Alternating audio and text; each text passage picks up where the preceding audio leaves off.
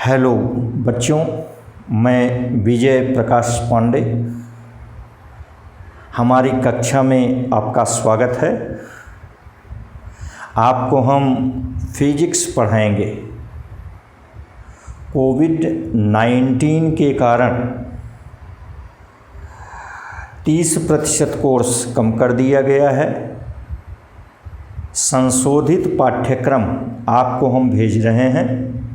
इसे आप अपनी कॉपी में एक पन्ने पर नोट कर लीजिए ताकि आपको भटकना न पड़े। आइए हम फिजिक्स के अपने इस पहले चैप्टर में मापन पढ़ते हैं। मेज़रमेंट, मापन की आवश्यकता पढ़ते हैं। तो आइए सर्वप्रथम मापन पढ़ा जाए।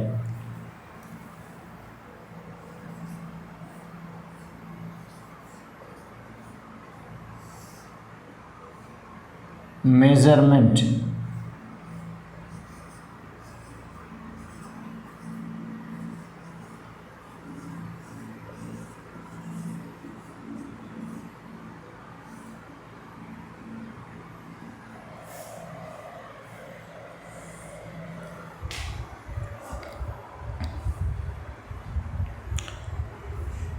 किसी भौतिक राशि की शुद्ध एवं निश्चित जानकारी के लिए एक विधि अपनाई जाती है जिसे हम मापन कहते हैं।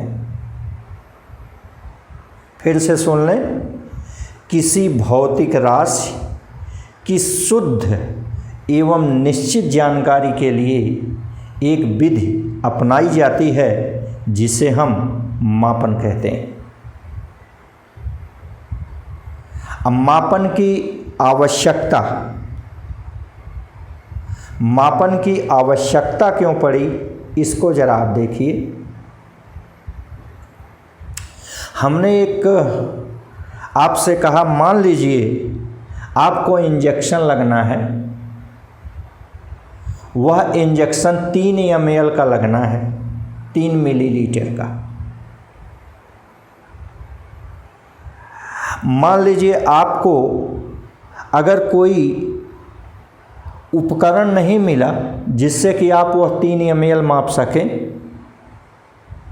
तो आप कैसे ही अंदाज करके जान लेंगे कि यह 3 ml है, 5 ml है, 10 ml है। क्योंकि आप अगर ज़्यादा लगाएंगे तो बीमार जो मरीज है वो और बीमार हो जाएगा। इसलिए नाप तौल कर ही हम इंजेक्शन लगा सकते हैं। क्योंकि शरीर का वजन, शरीर की लंबाई, बनावट के ही आधार पर डॉक्टर डोज तय करते हैं।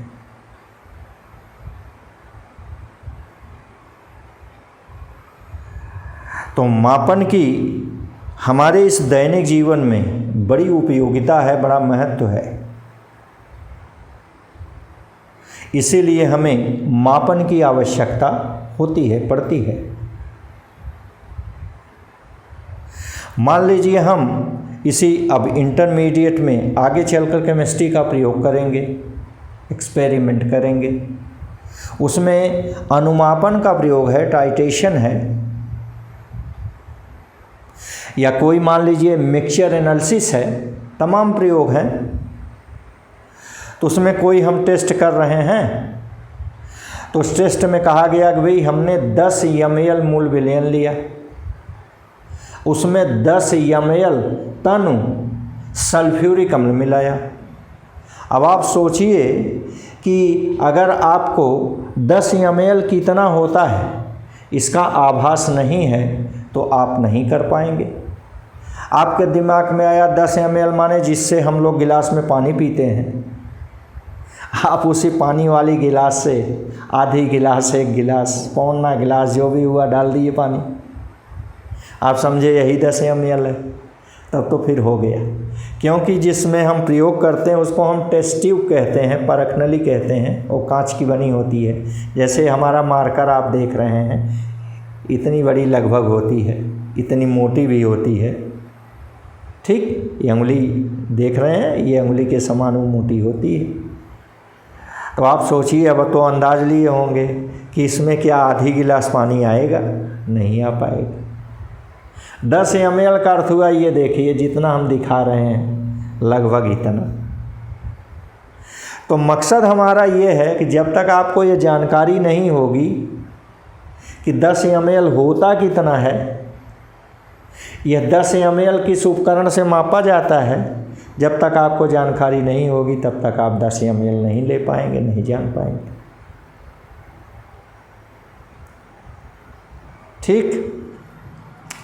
ठीक इसी प्रकार से मान लीजिए कि आपको ये कह दिया जाए भाई आप रोज़, अब चूँकि फिजिक्स आपको पढ़नी है तो जाहिर सी बात है आपका दिल दिमाग मजबूत होना चाहिए। इसके लिए मजबूत कैसे होगा? आप अपना खान पान सही रखेंगे। खान पान के लिए ये हुआ कि भैया ऐसा कीजिए कि आप लोग रोज़ 1 पाव दूध पीजिए। तो जब आपको यह पता नहीं होगा कि 1 पाव दूध होता कितना है, तब आप इस दूध के बारे में समझ नहीं पाएंगे। आप केवल जा कर के अपने मम्मी से कहेंगे कि भाई सर जी कहे हैं कि 1 पाव दूध पीना है। तो मम्मी को 1 पाव के बारे में पता है कि 1 पाव कितनी धारिता होती है, वो समझ जाएंगी। 1 गिलास लेंगी, वो समझ जाएंगी कि यही लगभग 1 पाव होगा। आपको 1 गिलास दूध दे देंगी, आप पी लेंगे। तो मकसद हमारा ये है कि जब भी हम आम बोलचाल या कहीं भी किसी प्रकार की बातचीत करते हैं तो वहाँ हमें मापन की आवश्यकता होती ही होती है। ठीक, आइए अब हम चर्चा करते हैं। शुरू में हमने कहा कि किसी भौतिक राशि, तो आखिर ये भौतिक राशि क्या है? हमारे सामने जो भी वस्तुएं दिखाई पड़ती हैं, जिन वस्तुओं के बारे में हम सोचते हैं, समझते हैं, वो सब की सब भौतिक राशियां होती हैं, भौतिक वस्तुएं होती हैं। उदाहरण के लिए जैसे यही मार्कर है, हमने आपसे कहा भाई ये हमारा मार्कर कितना लंबा होगा, तो ये जो लंबाई है यह भौतिक राशि है।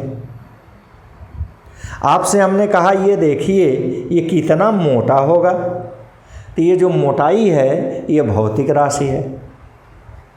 तो जो कुछ भी हम सोचते समझते हैं, अपनी आँख से देखते हैं, नहीं भी दिखाई पड़ती है, ये सब की सब भौतिक राशियाँ हैं। इन्हीं भौतिक राशियों के बारे में हम पढ़ेंगे, इनके मापन के बारे में हम पढ़ेंगे। जैसे कि अभी उदाहरण हमने लिया कि मार्कर कितना लंबा है, तो आप कहेंगे सर जी होगा लगभग ये 10 सेंटीमीटर, 12 सेंटीमीटर। ठीक, तो आप अंदाज करके बता देंगे। तो बंधु ये भौतिक राशियाँ, फिर से सुन लें, वे राशियाँ हैं जिनके बारे में हम सोचते हैं, समझते हैं, बातचीत करते हैं, कहते सुनते हैं। ये सब की सब भौतिक राशियाँ हैं। ये हमें दिखाई भी पड़ सकती हैं और नहीं भी दिखाई पड़ सकती हैं। हम अपने दिमाग से सोच कर भी बता सकते हैं, आँख से देख कर भी बता सकते हैं। ठीक है, तो ये सब की सब भौतिक राशियाँ हैं। तो भौतिक राशियों को मापने के लिए हम एक विधि अपनाते हैं जिसे हम मापन कहते हैं। आइए उदाहरण लेते हैं हम आपसे कि ये जो भौतिक राशियां हैं ये वास्तव में 2 प्रकार की होती हैं। जिन भौतिक राशियों को जानने के लिए, समझने के लिए केवल परिमाण ही महत्वपूर्ण होता है। आपने परिमाण बता दिया, भौतिक राशि के बारे में जानकारी हो गई। ठीक, तो ऐसी भौतिक राशि को हम अदिश राशियां कहते हैं। ठीक इसी प्रकार जिन भौतिक राशियों को जानने के लिए, समझने के लिए, बताने के लिए इस परिमाण के साथ साथ दिशा भी जरूरी होता है, उसे हम सदिश राशियां कहते हैं, वेक्टर कहते हैं, वेक्टर क्वांटिटी कहते हैं। आइए हम इसे एक उदाहरण से समझते हैं। अभी थोड़ी देर पहले हम लोगों ने एक उदाहरण लिया कि भाई आप फिजिक्स पढ़ेंगे, फिजिक्स में ब्रेन की ज़रूरत होती है, ब्रेन बढ़ेगा खान पान से। तो आपसे हम सीधे कहेंगे भाई रात में आप सोते समय 1 गिलास दूध पिए, 1 पाव दूध पिए, ठीक। तो हमने यह दूध जो है यह भौतिक राशि है। 1 पाव अर्थात ये दूध का द्रव्यमान है, द्रव्यमान भौतिक राशि है, ठीक। तो इस दूध के द्रव्यमान के बारे में हम बता रहे हैं। इसे हम कहें भाई 1 पाव दूध पीजिए, तो आप 1 पाव के बारे में अभी थोड़ी देर पहले फेमिलियर हुए, परिचित हो गए, तो आप समझ गए हाँ सर जी 1 पाव दूध पीने को कहें। 1 पाव मतलब वही लगभग 1 गिलास जो अपने घर में होती है। क्लियर। अब आप फिर ध्यान दें, जब इस दूध की मात्रा, दूध का द्रव्यमान, हमने आपसे यही कहा कि भाई आप दूध पीजिए, तो आप अपने घर गए, अपने माताजी से, पिताजी से, जो भी होंगे आपके यहाँ, आप उनसे कहेंगे कि सर जी दूध पीने को कहे हैं।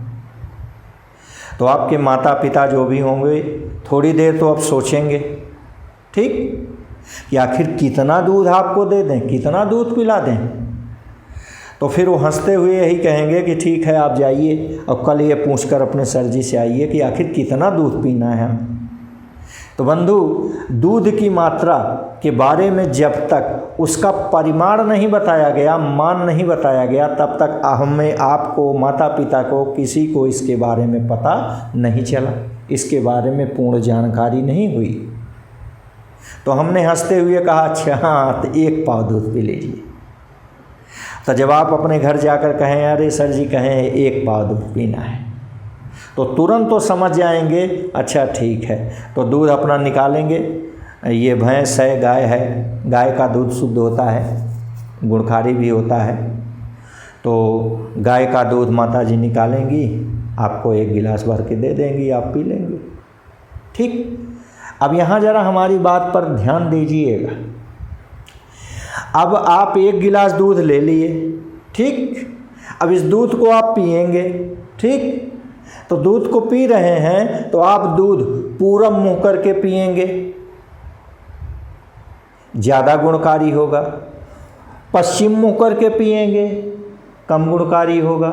दक्षिण मुँह करके पिएंगे, कम गुणकारी होगा और कम गुणकारी होगा। पश्चिम उत्तर पिएंगे, उत्तर मुँह करके, ठीक। तो हमारा ये मकसद है कि ऐसा तो है नहीं कि आप जब पूरब मुँह करके पिएंगे तो सबसे ज़्यादा बलवान दूध आपको बलवान कर देगा।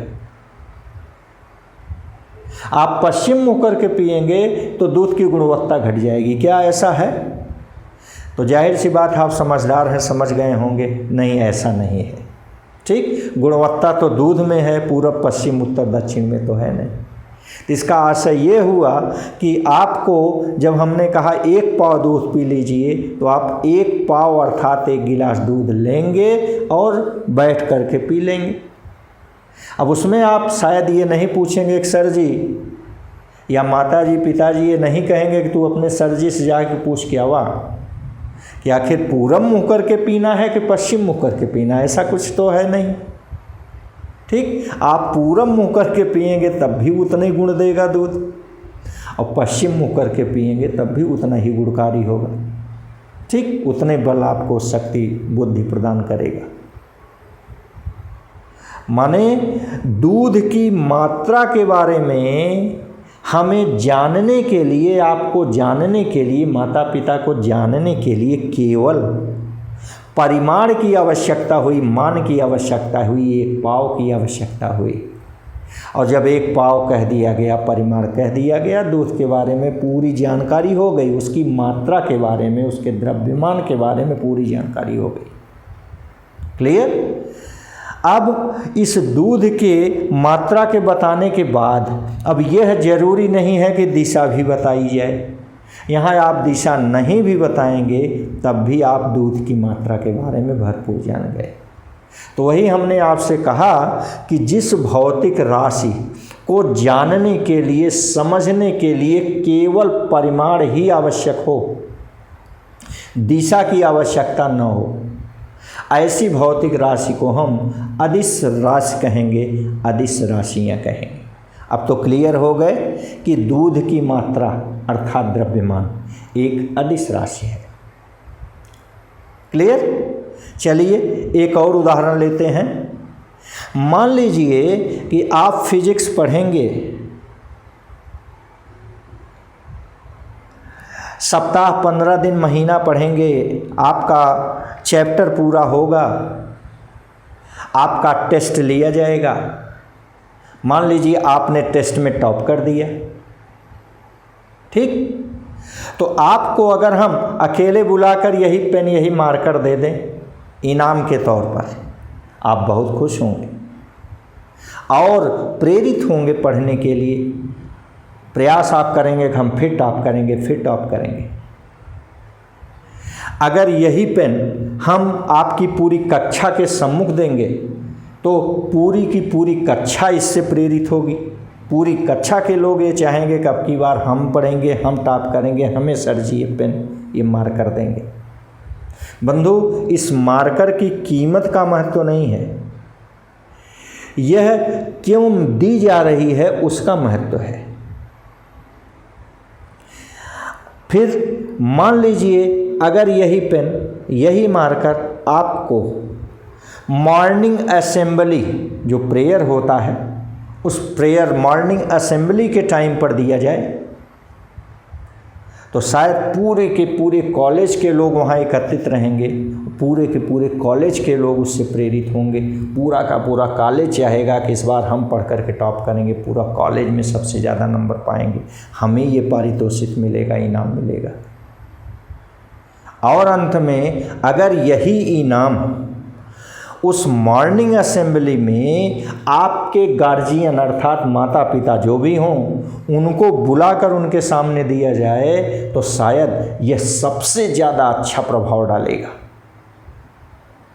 आप में से हर कोई यही चाहेगा, पूरा विद्यालय चाहेगा कि इस बार हम मजबूती से टॉप करेंगे, खूब पढ़ेंगे, यह इनाम हमको ही मिलेगा। चलिए तो हम यह मानकर चल रहे हैं आप में से एक लड़का उस टेस्ट में टॉप किया, ये अनाउंस किया गया कि भाई मंडे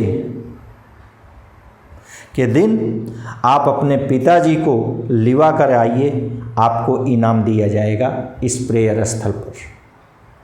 तो जाहिर सी बात है, मान लीजिए कि अपने यहाँ विद्यालय 9:30 बजे से चलता है, 9 बजे से चलता है, तो अपना ये प्रेयर वगैरह होगा 9 बजे से, ठीक? तो प्रेयर समाप्त होते ही तब आपको पारितोषिक दिया जाएगा, इनाम दिया जाएगा, ऐसा अनाउंस किया गया। तो आप जाहिर सी बात है आप अब विद्यालय से पढ़ने के लिए सुबह ही चले आते होंगे। पिताजी आपसे कहेंगे कि ठीक है आप चलिए, हम विद्यालय के मॉर्निंग असेंबली के समय पर वहाँ पहुँच जाएंगे।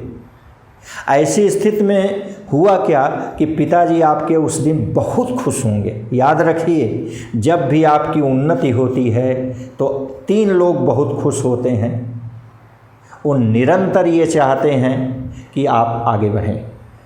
नंबर 1 पर माता पिता और नंबर 2 पर गुरु, यही 3 लोग खुशी होते हैं, माता पिता और गुरु। ये बहुत खुश होते हैं, आप जितना आगे बढ़ते हैं उतना ही खुश होते हैं। तो जाहिर सी बात है वो पिताजी उस दिन बहुत खुश होंगे, नहा धो करके बिल्कुल वो भी काफ़ी उतावले होंगे कि विद्यालय में आ जाएं। बीआरपी कॉलेज आप देख ही रहे हैं, पिताजी आपके जेसीस तक आ गए, चौराहे तक। हो सकता है वहाँ किसी दुकान से, पान इत्यादि की दुकान से पूछेंगे कि भाई बीआरपी कॉलेज कहाँ है, तो पान वाला कहेगा अरे यहाँ से आप 200 मीटर चले जाइए, बीआरपी कॉलेज मिल जाएगा। तो आप इतना खुश थे कि आप सीधे नदी पार करते हुए 200 मीटर चले गए। नदी का जो पुल बना है जैसी से आगे, वो आजमगढ़ वाली रोड पर, आप उधर चले गए। ठीक। और आप नदी पार करते जा रहे हैं, पुल आपको पार हो गए, नदी आगे निकल गए, 200 के बजाय आप 400 मीटर 500 मीटर चले गए, आपको कहीं कोई कॉलेज नज़र नहीं आया, तो आप फिर लौट करके उसी दुकानदार से आकर पूछेंगे, अरे भाई हमने आपसे पूछा बीआरपी कॉलेज कहाँ है, आप कहे कि 200 मीटर दूर है, चले जाइए। हम यहाँ 500 मीटर दूर चले गए, नहीं मिला, तो आपकी तरफ देखेंगे दुकानदार और हंसते हुए पूछेंगे कि साहब आप किधर गए थे, तो आप बताएंगे कि यही पुल पार करते हुए हम चले गए आजमगढ़ वाली रोड पर, तो हंसेंगे, कहेंगे अरे उधर नहीं, आपको इधर आपको जाना था, ये रोडवेज की वाली रोड पर चले जाइए, यहाँ से आपको 200 मीटर दूर मिल जाएगा। माने जब रोडवेज की दिशा उन्होंने बता दिया, मान लीजिए दक्षिण दिशा उन्होंने बता दिया, ठीक, तो ध्यान दीजिए आपके विद्यालय की स्थिति, विद्यालय तक पहुंचने के लिए पिताजी को जब उस दुकानदार ने केवल परिमाण बताया था, दूरी लंबाई बताया था 200 मीटर, तो पिताजी विद्यालय तक नहीं पहुंच पाए।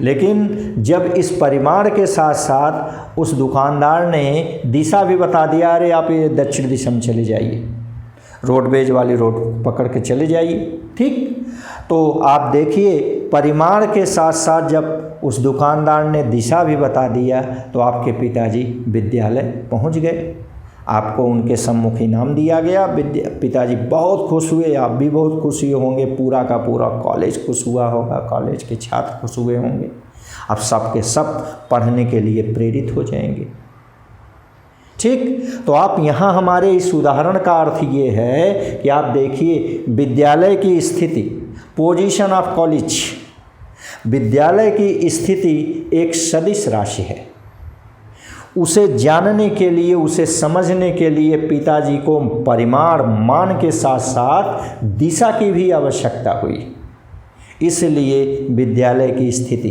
पोजीशन ऑफ कॉलेज, यह एक सदिश राशि है, ठीक। तो इस ढंग से ये भौतिक राशियाँ ये दो प्रकार की होती हैं, एक अदिश राशियाँ हैं स्केलर और दूसरी सदिश राशियाँ हैं वेक्टर। ये सब इनकी चर्चा हम बाद में अलग अलग करेंगे, ठीक। आइए कुछ और देखते हैं। मान लीजिए कोई भौतिक राशि है जिसको आपने किसी उपकरण से मापा, जैसे उदाहरण के लिए यही मार्कर है, इस मार्कर की लंबाई को आप किससे मापेंगे, अपने इसी स्केल से, मीटर स्केल इसको कहते हैं, तो मीटर स्केल से आप इसे मापेंगे। मान लीजिए इस मार्कर की लंबाई, ठीक, या कलम की लंबाई 10 सेंटीमीटर है,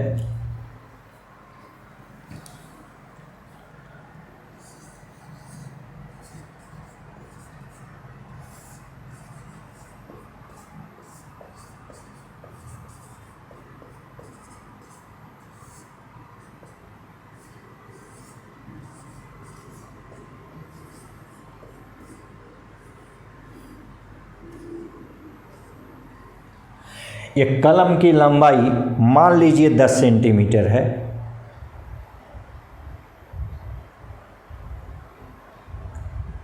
ठीक।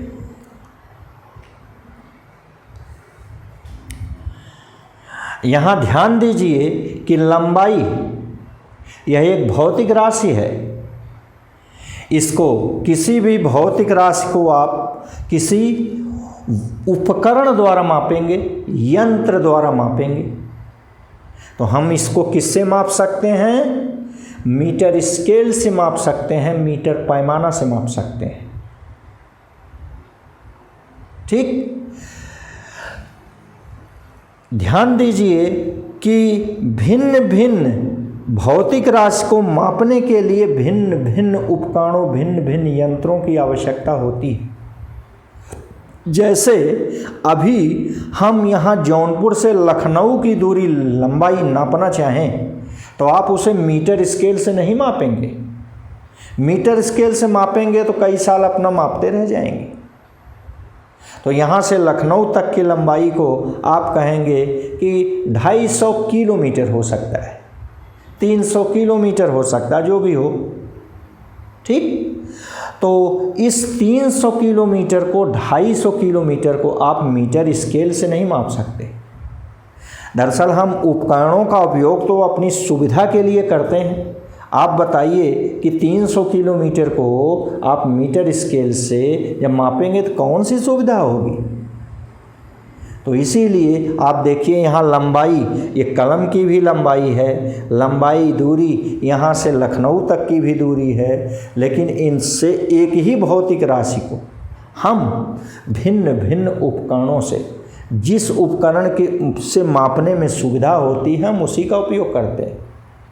अभी हम आपसे कहें कि यहाँ से चंद्रमा की दूरी, पृथ्वी से सूर्य की दूरी, तब आप इसे मीटर स्केल से नहीं माप सकते। ठीक, यहाँ से किसी तारे की दूरी आप इस मीटर स्केल से नहीं माप सकते, किलोमीटर से नहीं माप सकते। इसके लिए हम एस्ट्रोनॉमिकल यूनिट का प्रयोग करते हैं, हम उसको उससे मापते हैं, जिसे आप याद कीजिए हाई स्कूल में प्रकाश वर्ष सुने होंगे। ठीक, तो ये जो प्रकाश वर्ष है ये भी दूरी का ही मात्रक है। तो हम उसे मीटर, सेंटीमीटर, मिलीमीटर में नहीं माप सकते, किलोमीटर में नहीं माप सकते। हम उसे किस में मापेंगे? प्रकाश वर्ष में मापेंगे। ये प्रकाश वर्ष भी दूरी है। आप इसे हाई स्कूल में परिभाषित किए होंगे, याद किए होंगे।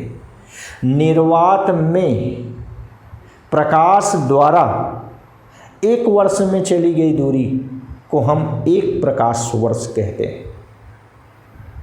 फिर से सुन लें, निर्वात में प्रकाश द्वारा एक वर्ष में चली गई दूरी को हम एक प्रकाश वर्ष कहते हैं, लाइट ईयर कहते हैं।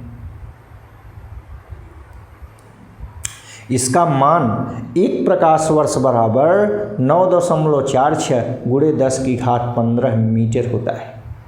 इसी को लगभग हम 10⁻16 मीटर कहते हैं। ठीक, तो आइए हम इधर चर्चा कर रहे थे कुछ बातों पर। हमने आपसे इसी बीच ये बताना चाहा, एक ही भौतिक राशि को मापने के लिए, जैसे लंबाई को मापने के लिए हम अपनी सुविधा के अनुसार उपकरणों का प्रयोग करते हैं, एक ही उपकरण से नहीं माप सकते। अर्थात ये भौतिक राशियाँ भिन्न भिन्न होती हैं। एक ही भौतिक राशि या छोटी भी हो सकती है, बड़ी भी हो सकती है। जैसे लंबाई की, दूरी की चर्चा हमने किया, तो यह है लंबाई बहुत बड़ी लंबाई होती है और बहुत छोटी भी होती है। उदाहरण के लिए हम छोटी लंबाइयों में मिलीमीटर, सेंटीमीटर, मिलीमीटर, ठीक, ये सब का हम प्रयोग करते हैं। Micron, angstrom, fermi, X-ray unit, बहुत बड़ी बड़ी दूरियां, जैसा कि अभी अभी आपने प्रकाश वर्ष, इन सब का नाम लिया, हम इनका भी प्रयोग करते हैं। ठीक, तो आइए हम यहाँ अब चर्चा पहले करते हैं कि कलम की लंबाई 10 सेंटीमीटर है। इससे हमें क्या बोध हुआ? ठीक, ये हमने कलम की लंबाई को मीटर स्केल से मान लीजिए मापा। तो इस मीटर स्केल से मापने पर हमें मिला 10 सेंटीमीटर। तो यहाँ आप ध्यान दीजिए बंधु, इस कलम की लंबाई के मापन में हमें दो बातों का ज्ञान हुआ। एक ये 10 और दूसरा ये सेंटीमीटर। ठीक, ये 10 तो आप जानते हैं संख्या है। संख्या को हम संख्यात्मक मान कहते हैं, न्यूमेरिकल वैल्यू कहते हैं।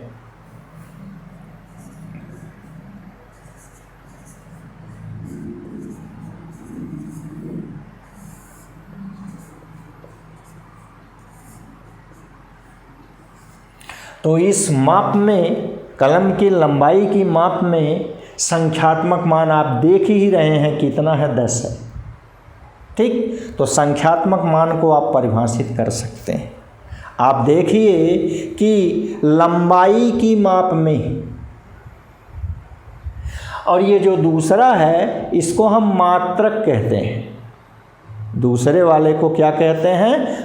मात्रक कहते हैं। तो आप देखिए यहाँ ये जो मात्रक है ये क्या है, सेंटीमीटर है, मात्रक है, यूनिट है।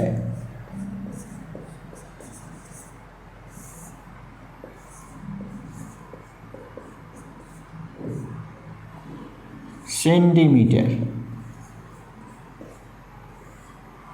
ये यूनिट है। तो आप ध्यान दें, इसको ज़रा समझने का प्रयास करें। हम संख्यात्मक मान बताना चाह रहे हैं, आप संख्यात्मक मान को कैसे समझेंगे ये देखिए, थोड़ी सी ध्यान दीजिए, बुद्धि लगाइए, आपको आ जाएगा। आप देखिए कलम की लंबाई की माप में यह आपका सेंटीमीटर कितनी बार है, 10 बार है। 1 centimetre, 2 centimetre, 3 centimetre, 4 centimetre, 5 centimetre, 6 centimetre, 10 centimetre, 20 centimetre. तो लंबाई की माप में, ठीक, यहाँ सेंटीमीटर कितनी बार आया है, 10 बार आया है। ठीक, तो यही संख्यात्मक मान की परिभाषा हो गई। देखिए अपने शब्दों में आप परिभाषित कर सकते हैं।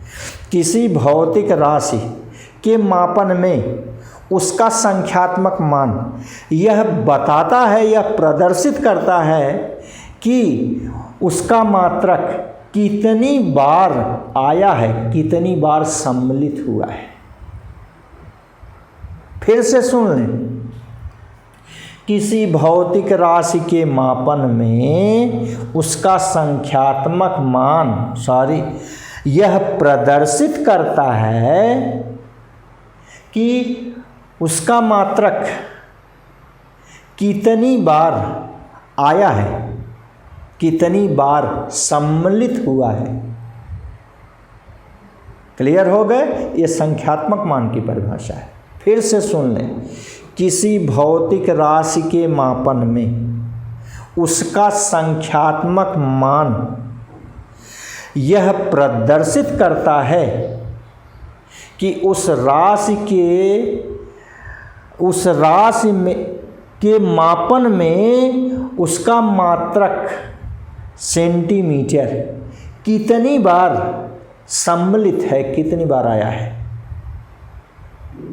क्लियर हो गए? यहाँ आप देखिए कि राशि का मापन आपने किया। राशि कौन सी है? यह है लंबाई, कलम की लंबाई। आपने जब इसको किससे मापा? मीटर स्केल से। तो आपको क्या उत्तर मिला? 10 सेंटीमीटर। तो आपने इस 10 को संख्यात्मक मान कहा। इसको आप परिभाषित कर सकते हैं, जैसा कि अभी हमने बताया कि किसी भौतिक राशि के मापन में उसका संख्यात्मक मान यह प्रदर्शित करता है कि उसका मात्रक कितनी बार आया है, कितनी बार सम्मिलित है। क्लियर? ये संख्यात्मक मान की परिभाषा है। आइए, इम्पॉर्टेंट है ये मात्रक। अब मात्रक को आप परिभाषित करें। आपने ये भौतिक राशि है लंबाई, इसको आपने मापा, कितना आया? 10 सेंटीमीटर। ठीक, तो आप देखें कि यह जो सेंटीमीटर है इसे हम मात्रक कहते हैं। अब मात्रक को कैसे परिभाषित करेंगे, अब इसको देख लीजिए। मात्रक, ध्यान दीजिए, किसी भौतिक राशि को मापने के लिए उसके निश्चित परिमाण को हम मानक मानकर उसका एक स्वेच्छ नाम दे देते हैं। स्वेच्छ माने अपनी स्वेच्छा से, अपनी इच्छा से एक नाम दे देते हैं, उसी को मात्रक कहते हैं। किसी भौतिक राशि को मानक मानकर उसका एक स्वेच्छ मान दे देते हैं, स्वेच्छ नाम दे देते हैं, जिसे हम मात्रक कहते हैं। फिर से एक बार क्लियर कर लें, किसी भौतिक राशि को मापने के लिए उसके निश्चित परिमाण को मानक मानकर एक स्वेच्छ नाम दे देते हैं, जिसे हम मात्रक कहते हैं। ठीक, तो यहाँ आप देखिए भौतिक राशि लंबाई के मापते समय हमने यह नाम अपनी इच्छा से दिया है सेंटीमीटर, ठीक। और इसी सेंटीमीटर को हम मात्रक कहते हैं। तो यह मात्रक की बंधु परिभाषा हो गई, ठीक। आप फिर ध्यान दीजिए, मान लीजिए कि कोई लंबाई है, कोई दूरी है 1 किलोमीटर। मान लीजिए कि विद्यालय से आपका घर 1 किलोमीटर है,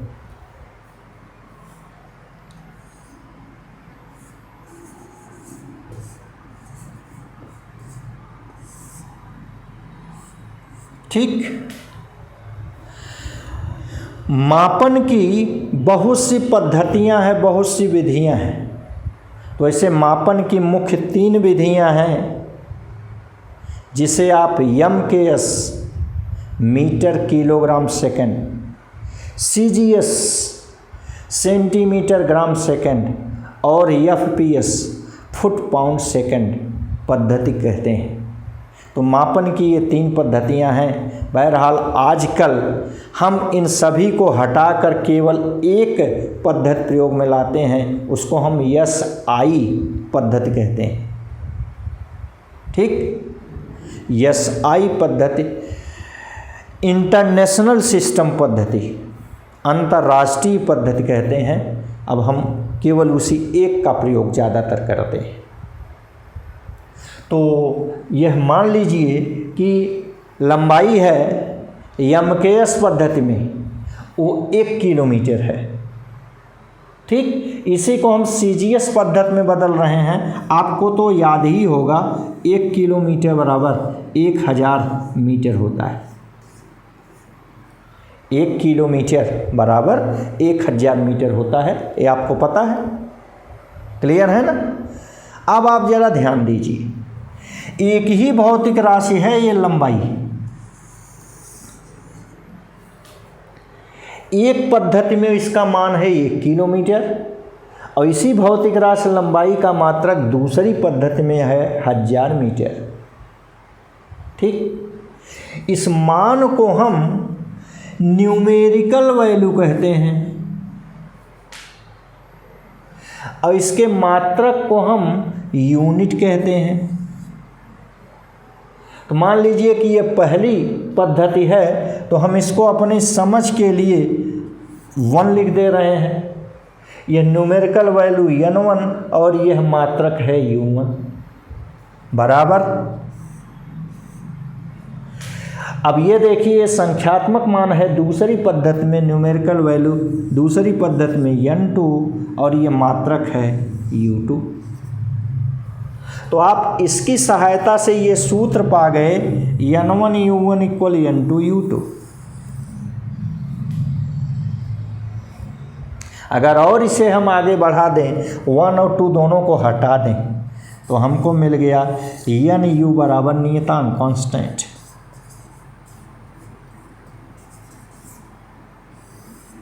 NU बराबर नियतांक, ठीक। आप याद कीजिए कि बराबर और नियतांक की जगह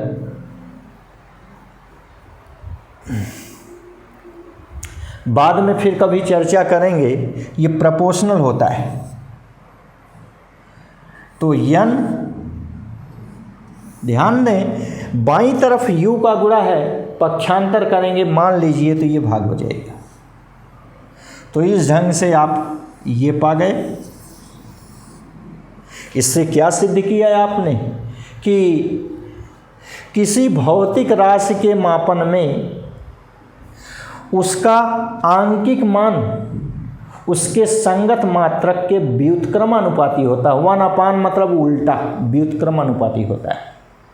फिर से सुन लें इस बात को, किसी भौतिक राशि की माप में उसका संख्यात्मक मान संगत मात्रक के व्युत्क्रमानुपाती होता है। इसका अर्थ क्या हुआ? इसका अर्थ एक ही हुआ कि अगर मात्रक बड़ा है तो मान छोटा होगा, और इसके विपरीत अगर मात्रक छोटा है तो मान बड़ा होगा।